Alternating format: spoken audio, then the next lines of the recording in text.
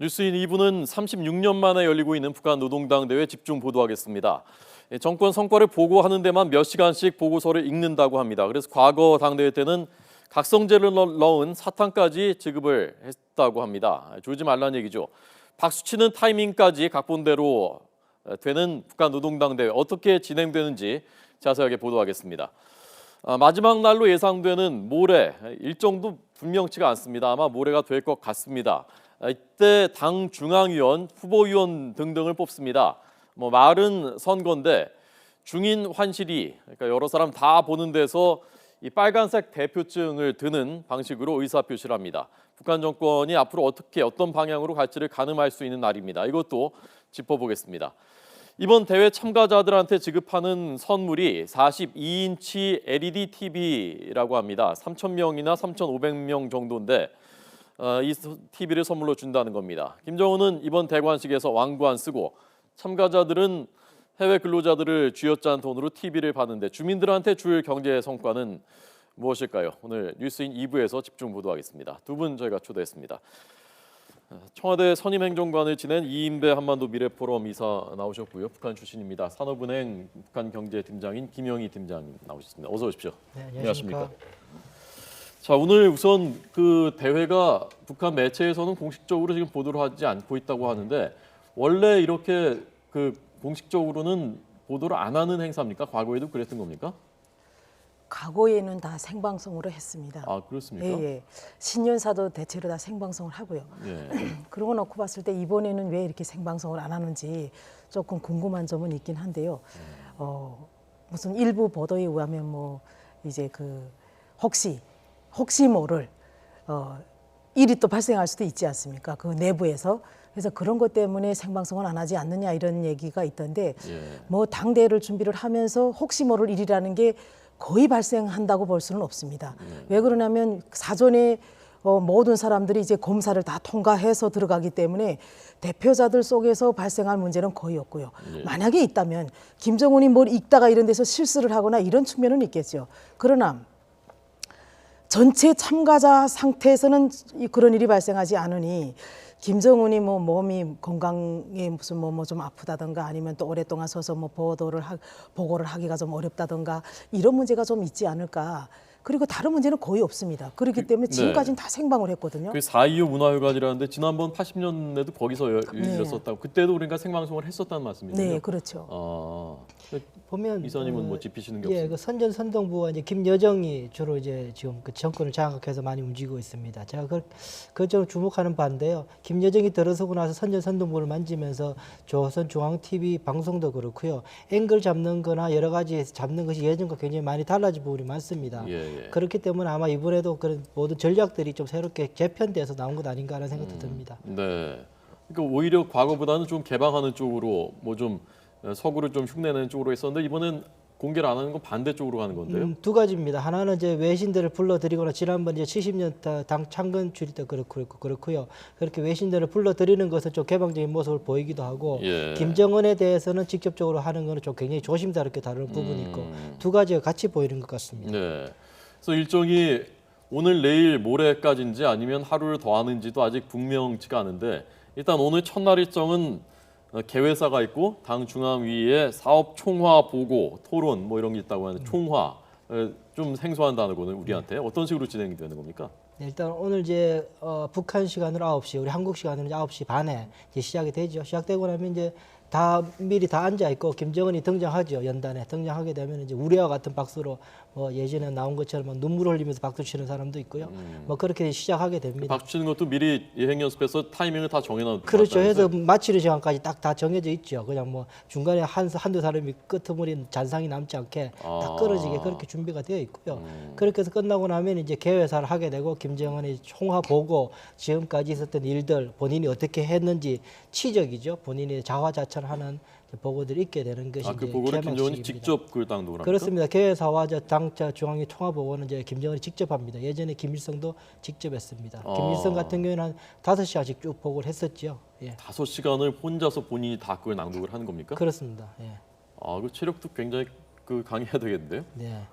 김일성 같은 경우에는 대중연설에 굉장히 능했던 사람이었고 그렇게 해서 그것을 했었는데 혹자들은 그런 말도 합니다. 이번에 이 김정은이 이렇게 몇 시간씩 걸리는 그 보고를 감당할 수 있을까? 지난번에 당 창건대회 때 한 1시간 정도 할 때도 이렇게 기대서 하기도 하고 해서 모습을 보이면서 그랬었죠. 김정은이 그렇게 체력이 되는가? 그것도 아마 관전 포인트 중에 하나가 될 겁니다. 아마 그것이 이번에 전면적으로 생중계 못하는 원인일 수도 있다는 생각도 들고요. 그렇군요. 김 팀장님은 36년 전이었지만 그때 그 뭐 보도되고 했었던 것이 기억이 나십니까? 네, 그렇죠. 제가 81년도 대학을 갔으니 80년대는 고등학교 때죠. 예. 그랬는데 그때 당시는 70년대에 5차당 대회를 하고 10년 만에 6차당 대회를 했기 때문에 그런데다가 또 6차당 대회 같은 경우는 당 창건 꺾어지는 5주년 기간이었어요. 그때 당시가. 그렇기 때문에 외국인 대표들도 많이 참석을 했고요. 그리고 5시간 동안 장장 긴 시간을 보고를 할 수 있었다는 것은 그 10년 동안에 노동당이 10년 동안 걸어온 역사를 쭉 얘기를 해야 되기 때문에 예. 너무 많은 기간이었죠, 이게. 근데 네. 그 전에는 대체로 5년, 6년, 7년 요 만에 이제 그 1차 당대, 2차 당대, 3차, 4차, 5차까지 해왔습니다. 그래서 더 보고가 길었다 이렇게 생각을 하고요.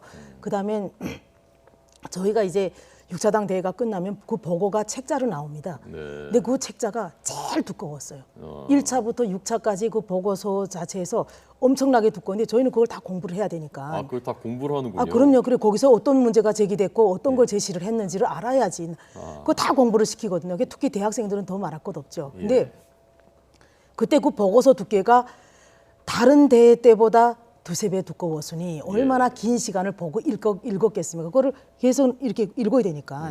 그렇기 때문에 쭉 연장 5시간을 하는 것이 아니라 중간중간에 쉬면서 하는 거죠. 아, 잠깐씩 중간중간, 쉬었다가 하는 조금씩 조금씩 쉬면서. 이번에 36년 만에 하는 거니까 그렇게 치면은 하루 종일 해도 모자르겠는데요. 성과를 다 읽으려면. 뭐 그래도 김정은은 김정은 시대를 중심으로 하지 않겠습니까? 아. 그러면 그렇게 길지는 않을 게 생각이 듭니다. 네. 그러니까 저는 이렇게 생각하죠. 그동안에 왜 못 해왔는지, 그동안의 당대회가 왜 이루어질 수가 없었는지, 그다음에 고난의 행보도 겪지 않았습니까? 그러나 국가가 붕괴되지 않고 국가는 지금 현재 존재해야 하고 있으니 90년대 중반에 고난의 행군이 왔을 때 이게 조선민주주의인민공화국이란 국가 자체가 붕괴되지 않느냐 이런 우려가 상당히 많았거든요. 예. 그러니까 그것부터 시작해서 그 치적을 계속 얘기를 하겠죠.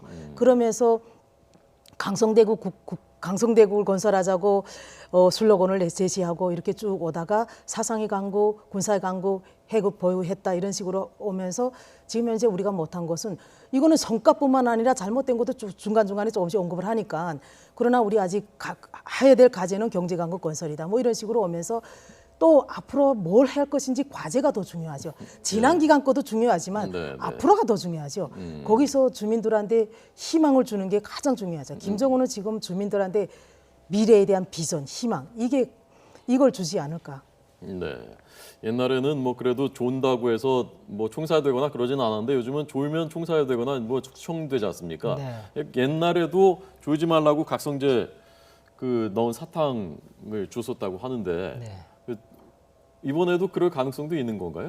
뭐 줄 수는 있습니다만 아마 필요가 없을 겁니다. 지난해 아시다시피 지난해 4월에 현역철 숙청 때 현재 숙청 때 중요한 원인 중에 하나가 여러 가지가 원인들이 쌓여 있었겠지만 중요한 촉발된 원인 중에 하나가 현영철이가 이제 죽는 자로 조는 장면이 폭착이 되어서 궤십죄에 걸려서 처형당했지 않습니까? 그러게요. 그런 것들이 주민들에게 더 알려진 바이기 때문에 아마 졸면 죽는다 생각을 해서 아마 조는 사람은 없을 겁니다. 네, 정말 간이 커도 못 졸겠죠 이런 그렇겠죠. 날은요. 네. 어떤 사람들입니까? 3,000명에 3,500명 대표자들이 어떤 사람들이 이제 오는 거예요? 그 각 도당위원회가 있지 않습니까? 각 도마다 네. 각 도마다 또 당위원회에서 선출을 하고 또 이게 대표가 있습니다. 군 대표, 그 다음에 당 대표, 그리고 그 근로자, 노동자 대표, 농민 대표 이렇게 다 대표를 뽑습니다. 근데 그 대표는 지금은 어떤지 모르겠는데 과거에는 6차당 대회까지 1000명당 1명으로 뽑았습니다.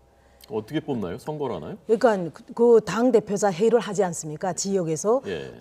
각 도당에서 그러면 도당에서 대표자 회의를 하면서 거기서 선출을 하는데 뭐 여러 명이 이렇게 후보가 나와가지고 거기서 우리 여기서 좀 비밀 투표하는 방법은 아닙니다. 예. 그러니까 이미 중앙당에서부터 이름은 다 나가죠. 예. 근데 그거는 중앙당은 도에 있는 모든 사람은 다 알 수는 없는 거죠. 그러면 도에서 후보자를 이렇게 올려서 중앙당에서 선출을 해서 거기서 몇 명을 해가지고 쭉 뽑아서 딱 한 명이 후보자를 내려보내는 거죠. 예. 그러면 그 후보자를 그냥 추인하는 방법으로 해가지고 후보자 한 명씩 뽑는 거죠. 그래서 1000명당 한 명이니 만약에 이번에 여기에 대표자가 그 결의권 대표자가 있고 또 무슨 이렇게 발언권 대표자가 있습니다. 그러면 결의권 대표자가 3000명이라면 3000명이 왔다면 북한의 노동당원 수를 추산할 수가 있는 거죠. 그 1000명당 한 명이니까 그럼 300만 명이 되는 것이고요. 그다음에 팀장님 그 3,000명은 그러니까 당에서 중앙에서 사실상 지명해서 내려간 사람들은 그러니까 뭐 당의 간부들입니까? 아니면 뭐 거기 있는 노동자 농민 중에서 누구를 한 명 정하는 겁니까? 간부도 있고 노동자 농민도 다 있습니다. 그러니까 이번에 모이는 사람들은 뭐 좀 다양하겠군요. 다양하죠. 이제 많지 않습니까? 우리가 직군이. 네. 직군을 보면 당 있고 군 있고 우리 여기만 국정원 북한은 보위부 여기 경찰 북한은 보안원 이게 다 이 직군에 따라가는 거죠. 예. 그다음에 여기서 노동자 농민 그다음에 보건 의료 교육 체육 문화 예술 이게 다 들어가는 거죠. 거기서 다 대표자를 뽑아냅니다. 네. 그 공산당 보면은 그 다른 나라들도 보면 그 대표증이라는 걸 이렇게 그 회의할 때 대회할 때 자신의 의사 표시하는 걸로 이렇게 드는데 그게 무슨 전통이 있는 겁니까? 그 어디서부터 나온 건가요? 왜 그렇게 하는 거죠? 그래서 그 저 대표증 같은 경우는 지난해 이 남북 그 이산 가족 그 면회할 때도 예. 그때 한 그 북한 주민 한 사람이 난 이 대표증을 가지고 있다고 자랑스럽게 보여줬던 게 그게 그 빨간 대표증이 그거였는데요. 네. 그래서 아마 이제 그 전통적으로 북한 같은 경우가 늘 이제 이 북한의 대북 집회에 나오는 유명한 장면 중에 하나가 김일성, 김정일이 이렇게 빨간 대표증을 들고 그 본인 의사를 표시하는 게 아마 그 가장 대표적인 우리가 알고 있는 사진 중에 하나입니다. 네. 그래서 이번에 아마도 마지막 날 아마도 모레 정치위원 후보위원 뽑는다고 하네. 이게 잠깐 한번 좀 빼주시죠. 저 대표증 들고 있는 지금 김정은 들고 있는 저거거든요. 네. 네, 저걸 다른 사람들도 이번에 3,500명도 다 저걸 들고서 오는 거군요. 그러니까. 네, 저걸 발급받아서 가지고 들어오는 거죠. 예. 네. 그래서 뽑는 게 이번에 정치위원, 후보위원 그런 게 어떤 자리이고 그것이 이번에 그 부상하는 인물들은 누구일 것이고 퇴조하는 인물들은 누가 될 것으로 예상하시는지 그거 좀 말씀해 주십시오. 우선은 보면 이제 정치국의 정치국원들이 쭉 있지 않습니까? 예. 정치국원 중에 지금 김영남 같은 경우 나이가 많습니다. 88세 정도가 돼서 그 사람이 뒤로 물러날 가능성이 있고요. 또 하나는 이영길 같은 사람은 총참모장으로 숙청돼 있는데도 아직도 이제 정치국 후보위원으로 남아 있습니다. 그래서 사람 빠져야 될 것이고, 예. 그 대신 이명수 같은 사람은 총참모장으로 이제 이영길 후보로 후임으로 왔는데 그 사람은 4월에 차수로도 진급도 했고 했기 때문에 정치국 원으로 아마 들어갈 가능성이 높고요. 그런데 저 주목하는 것 중에 하나가 최용해 같은 인물입니다. 최용해 같은 인물이 지금 정치국원으로 돼 있는데 상무위원으로 올라갈지에 대해 좀 주목되는 부분입니다. 정치국원, 상무위원, 뭐 후보위원은 어떻게 세 단계로 되는 되어 있습니다. 아, 세 단계군요. 예, 세 단계로 되어 있는데요. 특히 상무위원이 가장 높은 단계죠. 그 지금 세 명이 있죠. 지금 황명서, 김정은 그리고 김영남 세 사람이 있는데 상무위원은 3명이군요. 네, 그렇습니다. 그렇게 돼 있는데 최용해가 조금 더 올라갈 가능성도 있다라고 보는 이유는 뭐냐면은 지난번에 유인산 중국의 상무위원이 정치국 상무위원이 왔을 때 최용해가 이제 접견을 하고 면담을 했었습니다. 북한으로서는 이제 중국과의 관계를 복원시키는 게 대단히 중요한 숙제 중에 하나입니다. 고립을 뚫고 나가기가 가장 중요한 것이고 그렇게 볼 때 그러한 포석을 일환으로서 최용해를 좀 상무위원 정도로 올려서 중국과의 채널을 좀 만들려고 할 가능성이 있다라는 생각이 들어서 조금 제가 주목되는 부분 중에 하나입니다. 네, 그러니까 상무위원 그다음에 정치국원, 후보위원. 국원은 몇 명 정도 되나요? 15명 정도 15명. 됩니다. 후보위원은요? 예. 후보위원도 16명 정도 됩니다. 아주 굉장히 소수이군요. 예, 그렇습니다. 그래서 이번에 그 전체적으로는 세대 교체가 좀 이루어지는 자신과 비슷한 세대들을 좀 등용하고 이렇게 될 것 같은데 김여정은 어떻게 될 것 같습니까, 팀장님? 김여정도 이번에 등장할 가능성이 있기는 있죠. 근데 확실히는 단언하기는 어렵지만 이제 6차 당 대회 때를 이제 좀 보면 거기서 좀 유추를 할 수 있는데 6차 당 대회 때는 김정일이가 이제 후계로 등장할 때입니다. 6차 당 대회 때는 그때는 이제 이런 내용들이 어디서 나오냐면 오늘 하고 있는 보고에서 나옵니다. 예. 오늘 하고 있는 보고에서 앞으로 정치 문제는 어떻게 가져갈 것이다 하는 그것이 나오거든요. 그러면 6차 당 대회 때는 어떤 내용이 나왔냐면 온 사회를 주체사상화하기 위해서 노 간부, 젊은 간부를 적절히 이렇게 배치를 해라. 이런 내용이 나옵니다. 그래서 그런 부분이 이제 당 지도 기간 선거를 할 때, 그럴 때도 그게 적절한 배치가 나오는 거죠. 이제 보고에서 어떤 얘기를 하느냐에 따라 상당히 중요합니다. 그게.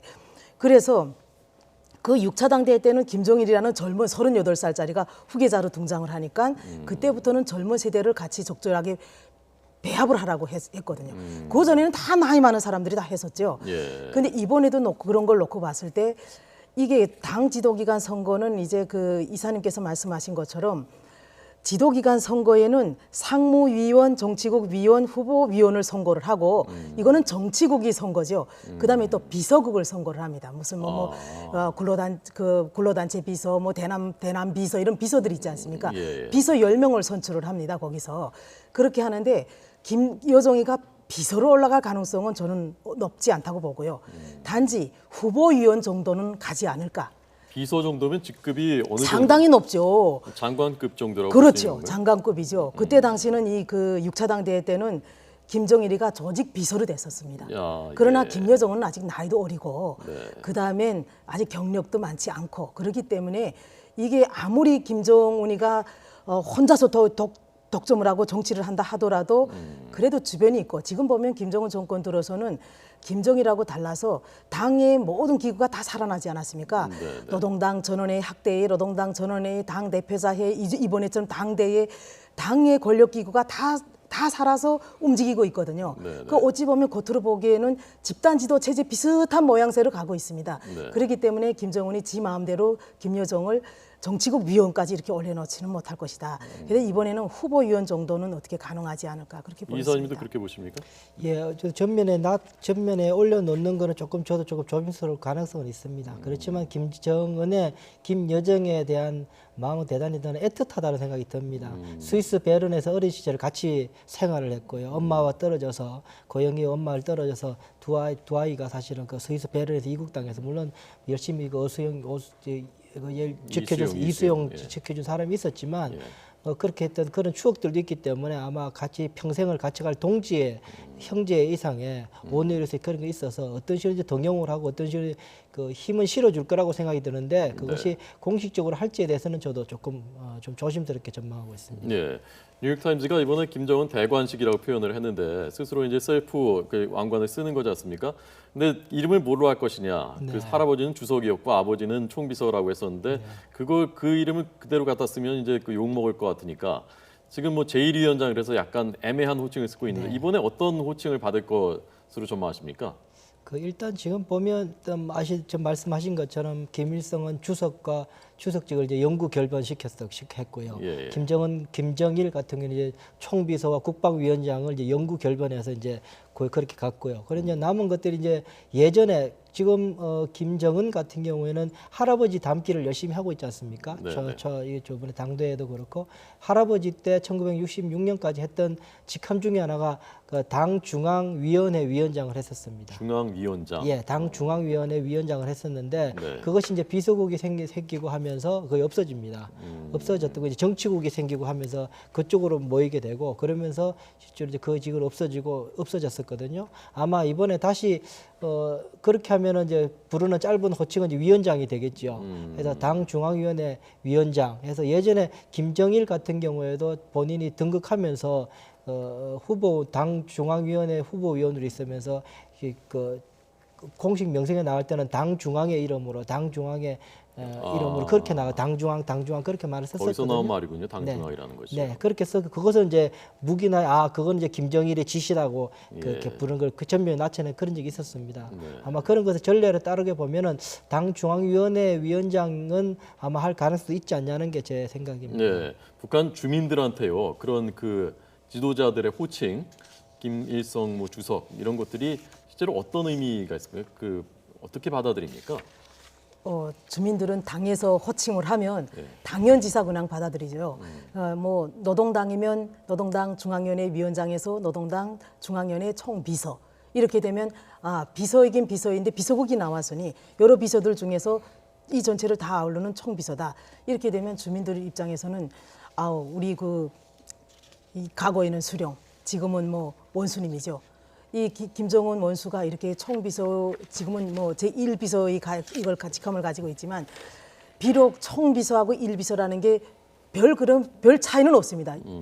뭐 지위에서는 뭐 차이가 있지만 역할에서는 기능과 역할에서는 아무런 차이가 없거든요. 예. 그렇기 때문에 북한 주민들은 당연지사 다 받아들이고 그 높은 사람은 그 모든 걸 다 가져도 4대 권력을 다 가져도 당연한 거라고 생각하는 게 아직도 북한 주민들이 사고방식. 노동신문이 그저께 21세기 태양이다. 김정은 동지는 21세기 태양 이렇게 썼다는데 그걸 듣는 주민들은 그걸 어떻게 받아들이나요? 어떤 인식을 하나요? 과거에는 그 김일성이가 태양이었죠. 예. 그러니까 김일성이가 태양이었는데 태양이라는 건 만물이 소생하게 만들고 태양 없이는 살아갈 수가 없잖아요. 그렇죠. 그거죠. 그러니까 북한 주민들이 수령이 없이는 살아갈 수가 없다는 거예요. 결국은. 예. 그건데 김정일 때는 태양이라는 말은 안 썼어요. 아, 왜? 그래요? 김정일이 등장을 해서 94년도 그 이후부터는 계속 고난의 행군거를 했으니까. 예. 그리고 아버지가 쓰던 것을 자기가 태양이라고 또 쓸 수는 없는 거죠. 그래서 김정일은 태양을 안 썼는데 어떻게 김정은은 자기 할아버지 걸 그대로 가지다가 21세기 태양, 20세기 태양이건 21세기 태양이라 하는지 이런 것을 놓고 봤을 때는 네. 김정은은 할아버지, 아버지의 유훈도 조금씩 배제를 하고 나름 자기만의 뭔가를 가져갈 수 있다는 그런 것도 반증할 수 있는 것이 아닌가 그렇게 생각이 됩니다. 네. 이번에 지난번 당대회 때는 36년 전에 그때도 일제 TV를 하나씩 선물로 줬었다고 하고 3천여 명한테 이번에도 아마 LED TV 42인치짜리가 지급될 것 같다고 하는데 그러니까 이런 거 할 돈 뭐 선물도 하고 그래야 되니까 돈이 많이 드는 거죠 당대회에. 그러니까 뭐 다 이제 쥐어짜야 되는 거고. 근데 주민들한테는 그럼 뭘 줄 수 있는 거예요? 주민들한테는 어떤 선물을 줄 수 있는 거냐? 주민들한테 그 대회라는 게 많습니다. 북한에. 예. 최고의 대회가 당대회고 그다음에 뭐 각종 무슨 3대 혁명 소조 대회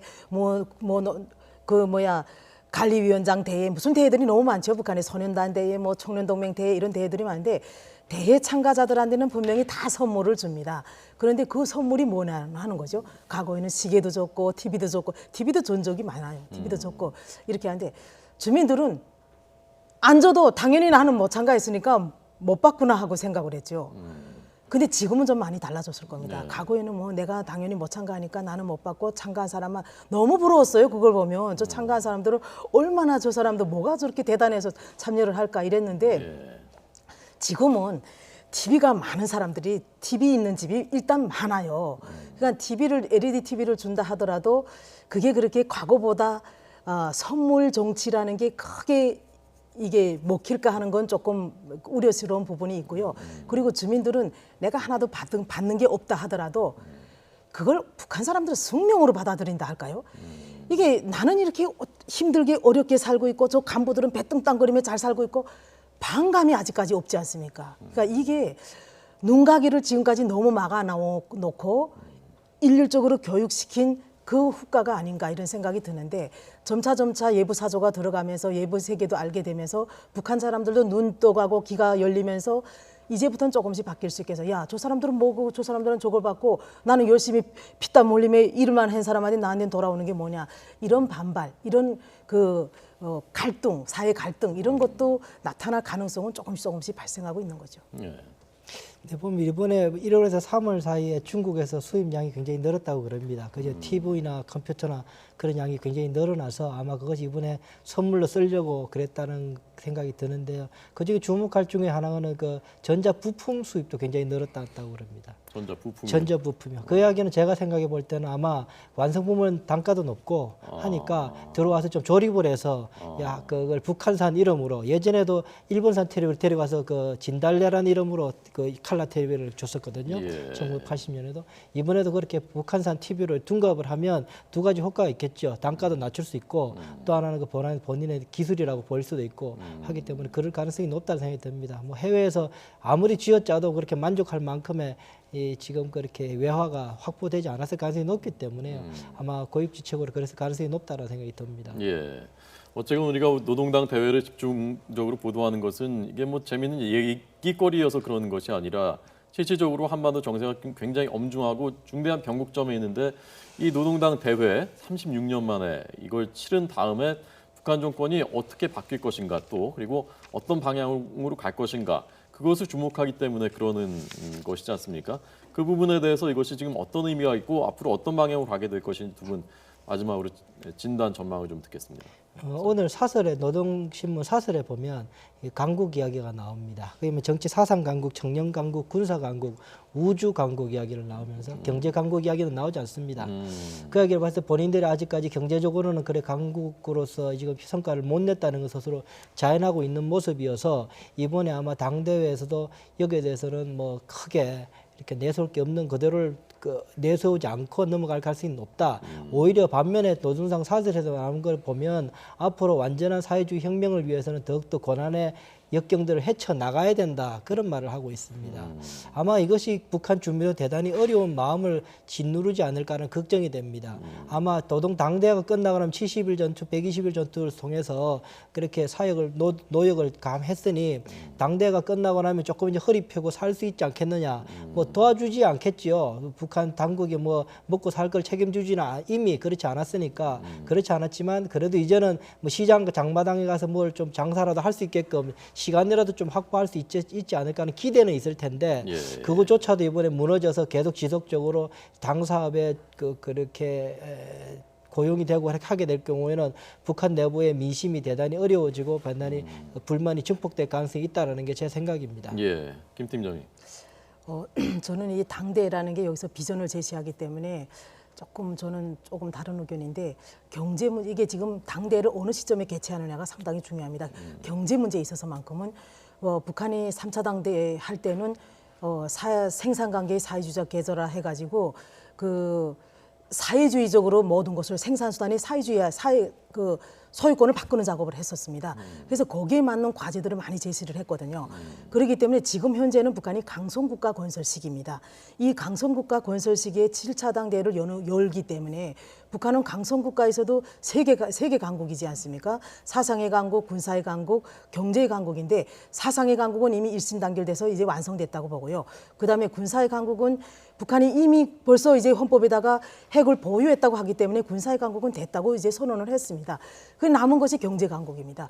이 경제 강국은 또 김정은이 이제 정권 안정을 하고 자기가 이제 지속적으로 이제 장기전을 하기 위해서는 주민들한테 먹고 입고 쓰고 사는 문제를 해결해 줘야 되거든요.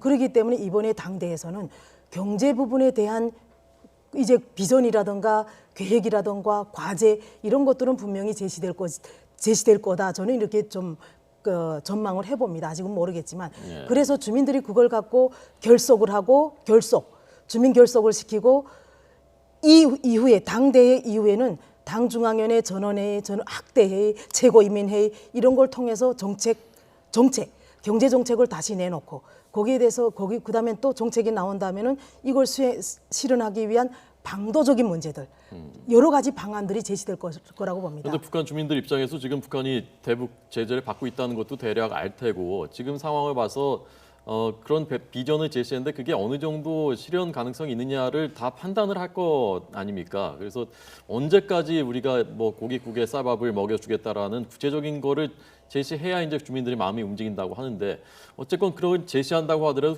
그걸 주민들이 얼마나 정말로 이뤄줄 수 있다고 믿을 것인지 그건 좀 다른 문제 아닙니까? 예, 그 믿음은 정말 다른 부분이죠. 그러면 지난 4년 동안에 김정은이가 어떻게 해왔느냐. 김정은이 그 행적을 북한 사람들이 보겠죠. 처음에 김정은이가 등장했을 때 젊은 지도자가 나왔고 스위스에서 공부했다지 하니까 이게 뭔가 우리한테 뭐가 올 것이다 하고 많은 기대를 했었거든요. 솔직히. 그런데 그 기대가 조금씩 허물어지지 않습니까? 이런 시점에 김정은이가 비전을 안 내놓는다면 문제죠. 그런데 비전을 제시한다 해도 북한 주민들이 믿느냐 하는 게 문제인데 그럼 지금까지 한 행적을 보면 최소 신년사에서 제시됐던 내용들을 대체로 수행은 합니다. 수산업을 제시했죠. 수산업을 제시하면 막 물고기 잡으라고 막 하죠. 그래 물고기 잡아서 상점들에서 조금씩 공급해주고 이랬습니다. 실질적으로 조금씩 이게 행동이 보이는 거예요. 이게 눈에 보이는 게. 그다음에 또 주택 건설을 하라니까 평양시부터 시작해서 각 지방에서 막 주택을 건설해서 주민들한테 조금씩 공급을 해주거든. 엄청나게 이게 앞으로 지속적으로 어떻게 갈지 모르겠지만 단기적으로는 조금씩 성과를 내서 주민들한테 보여주는 게 있으니 예. 어느 정도 조금은 이제 기대를 하는 것은 있을 것이다. 이게 이제 앞으로 김정은이가 가지겠죠. 예. 혹시 첨언하시겠습니까? 짧게? 네, 제한된 지금 자본과 물자가 북한에 대단히 지금 제한돼 있습니다. 그런 속에서 김정은의 아마 이제 1호 지시가 내려가게 되면 아마 북한 내부에서 자본 분배와 자원의 분배가 왜곡될 가능성이 높습니다. 그래서 그야말로 돌려막기가 할 수밖에 없는 상황이죠. 1호 지시가 나오면 그거는 아마 북한 경제 사정을 더욱더 장기적으로 악화시킬 가능성이 높습니다. 아마 그걸 잘 모르고 아마 김정은은 뭐 아마 그야말로 북한 말로 휘황한 정책을 내놓을 수는 있습니다. 그 우리말로 휘황한 경제 정책이 될 가능성이 높다는 게 제 생각입니다. 예, 알겠습니다. 오늘 이인배 이사님, 김영희 팀장님 두 분 분석 잘 들었습니다. 고맙습니다. 감사합니다.